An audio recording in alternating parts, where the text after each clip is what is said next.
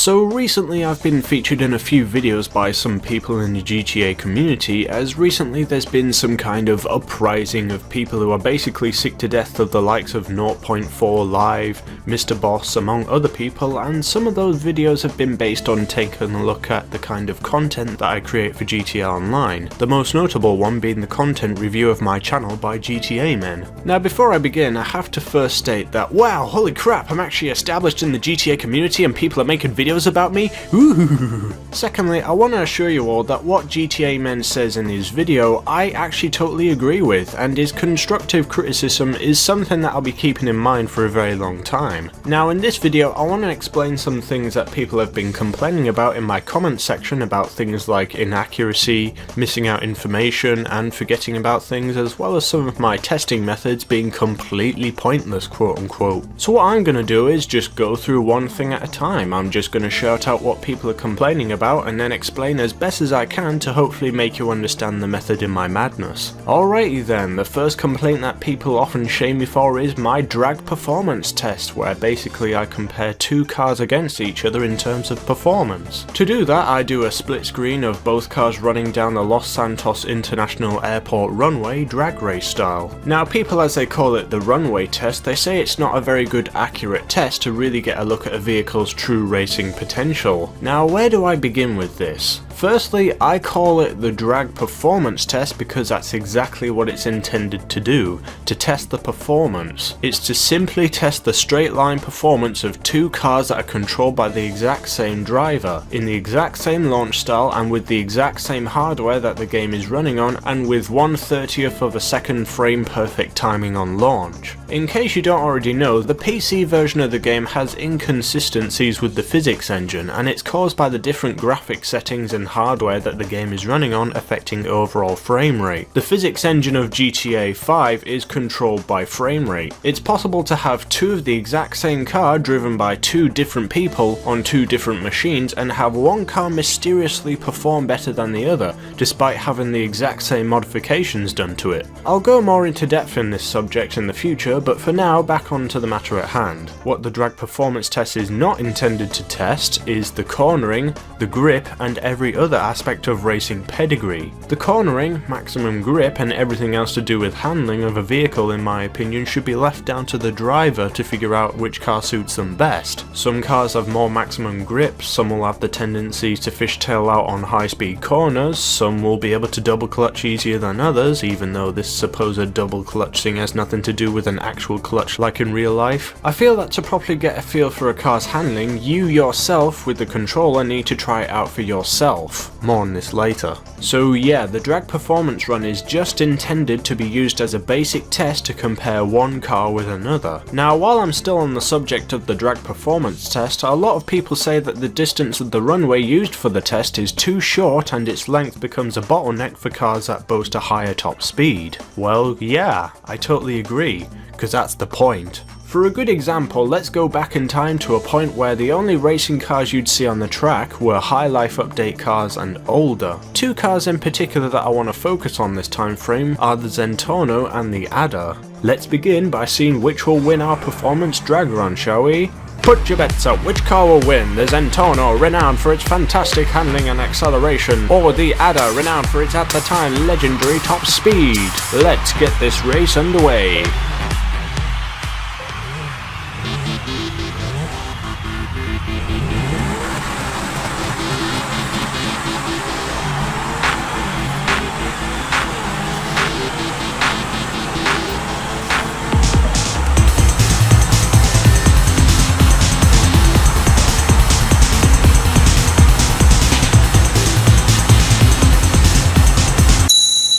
Oh dear, it would seem that the supposed faster Adder has been beaten by the Zentorno. And yes, you're gonna argue in the comments saying that the Adder would have easily won if the drag race was longer. The car would have easily been able to close off the lead that the Zentorno had. But my question to you is this: what kind of racetrack are you racing on, son? Are you flying around the streets of cutting corners, or are you throttling it around Route 68? The answer to this question is the key to what car you should choose for the race, because as you've just seen, the Adder was beaten in a drag race that was the length of the runway.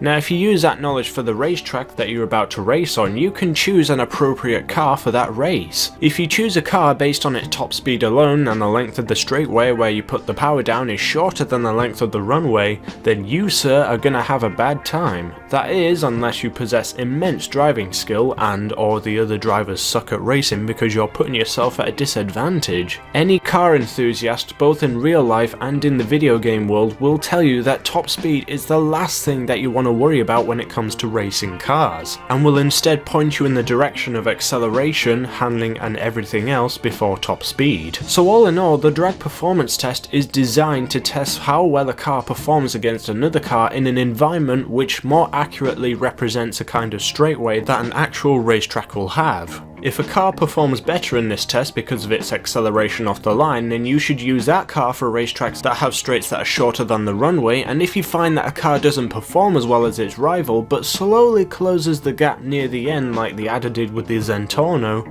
then you should reserve that car for tracks that have longer straights. It's pointless having a car that will only win if it has like 100 miles of perfectly straight road for it to put its power down, because if the other cars across the line because of their acceleration advantages, then what's the point of having the faster car? I hope you're getting the point by now. Anyway, so with that out of the way, let's quickly move on to the handling of cars as well as their racing pedigree. People say that I don't really go into enough depth with that kind of thing. Well, yeah, I agree, I don't really do that, as I feel that the handling of a car should be something that someone who actually wants to race in it should test for themselves, rather than rely on a mere video on YouTube to do for you. The drag performance run works for the video because you can use references on the road like the markings, the cracks, potholes, etc. to figure out how well a car is doing during a run, but when it comes to throwing a car around corners, I feel it's something that you yourself need to do. Now I'm sure that most people have that one friend who has limitless money who can buy the car for them to lend to them to try it themselves, or if not, just go into a private racetrack to try the car for yourself on a track before you decide on buying the car. Personally, I like almost every car in the game in terms of their handling. I feel I can confidently make a car do what I want it to do, both in a racing situation as well as making them do things like power slides and drifting. People like to criticize me for favoring the 811 for racing. I like to use the 811 simply because I like the way it handles. I don't really care if you guys are like, it handles like an anvil on ice. I just like the way it handles, enough said. I guess you could say I really enjoy GTA 5's driving physics engine. So all in all, the handling and racing pedigree of a car should be something that you yourself decide for yourself, and not just rely on a video to dictate a car that you buy in the end if there happens to be a multi-car release like in Cunning Stunts. Now, the next thing on the agenda, forgetting stuff. Yep, I'm gonna come clean here. I do forget to test stuff, and quite often as well. More often than I would like, really. But don't pretend like I'm the only YouTuber who makes mistakes, okay? To be fair, Grand Theft Auto Online is a game which seems to be coming up with new game programming rules all the time. Like recently, they introduced the Night Shark. It has the ability for the driver to utilize its onboard weapons as well as their own drive-by weapons, which is the opposite of what I actually say in the review video for it. Well, okay, if they're gonna allow the Night Shark to suddenly do this, why can't all the other weaponized cars do that?